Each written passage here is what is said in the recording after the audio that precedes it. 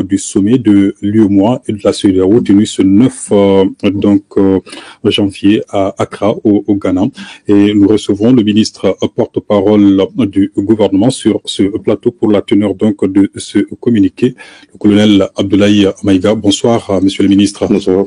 Avec vous donc le communiqué du gouvernement de transition. Merci infiniment. Avant tout propos, au nom de nos plus hautes autorités, il conviendrait de remercier l'ensemble du peuple malien pour son patriotisme.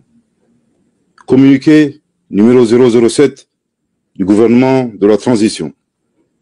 Le gouvernement de la République du Mali a appris avec stupéfaction les sanctions économiques et financières prises à l'encontre du Mali à l'issue des sommets extraordinaires de la Communauté économique des États de l'Afrique de l'Ouest, CEDEAO, et de l'Union économique et monétaire ouest-africaine, UEMOA, tenue le 9 janvier 2022 à Accra, en République du Ghana. Ces mesures contrastent avec les efforts fournis par le gouvernement et sa disponibilité au dialogue en vue de trouver un compromis avec la CEDEAO sur le chronogramme des élections au Mali. Le gouvernement du Mali condamne énergiquement ces sanctions illégales et illégitimes prises à la fois par l'UEMOA et la CEDEAO, organisation pourtant fondée sur la solidarité et l'idéal panafricain. Curieusement, au moment où les forces armées maliennes engrangent des résultats spectaculaires dans la lutte contre le terrorisme, ce qui n'était pas arrivé depuis plus d'une décennie. Concernant l'UEMOA, un embargo décidé par les chefs d'État et de gouvernement, applicable à un État souverain, constitue une violation manifeste du traité de l'UEMOA et des statuts de la BCEAO, la Banque centrale des États d'Afrique de l'Ouest. En outre, le gel des avoirs d'un État, des entreprises publiques et parapubliques ne saurait être appliqué par la Banque centrale, qui reste un organe indépendant auquel chaque État membre a concédé son droit souverain d'émission. Concernant la CEDEAO, le gouvernement dénonce et rejette les décisions suivantes qui ne sont fondées sur aucun texte communautaire.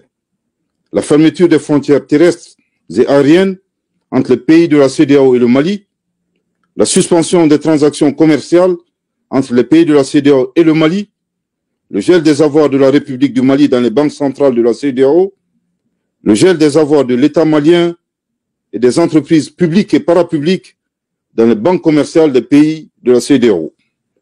Le gouvernement du Mali regrette que des organisations sous-régionales ouest-africaines se fassent instrumentaliser par des puissances extra-régionales aux desseins inavoués.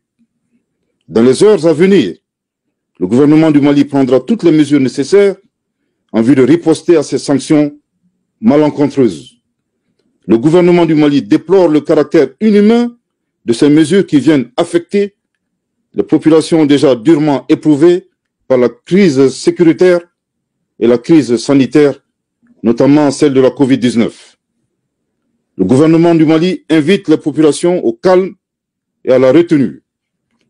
Face à toute éventualité de déploiement de forces étrangères contre notre pays, le gouvernement du Mali appelle les forces de défense et de sécurité, ainsi que la population, à redoubler de vigilance et à rester mobilisée.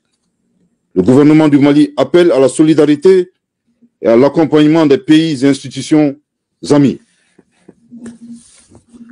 D'ores et déjà, sur la base de la réciprocité, le Mali décide de rappeler ses ambassadeurs accrédités dans les États membres de la CEDEAO et de la fermeture de ses frontières terrestres et aériennes avec les États concernés.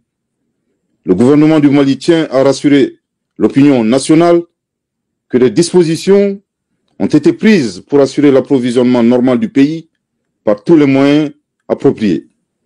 Au regard des violations répétées des textes, principes et objectifs de ces organisations, le gouvernement du Mali tirera toutes les conséquences et se réserve le droit de réexaminer sa participation à ces entités.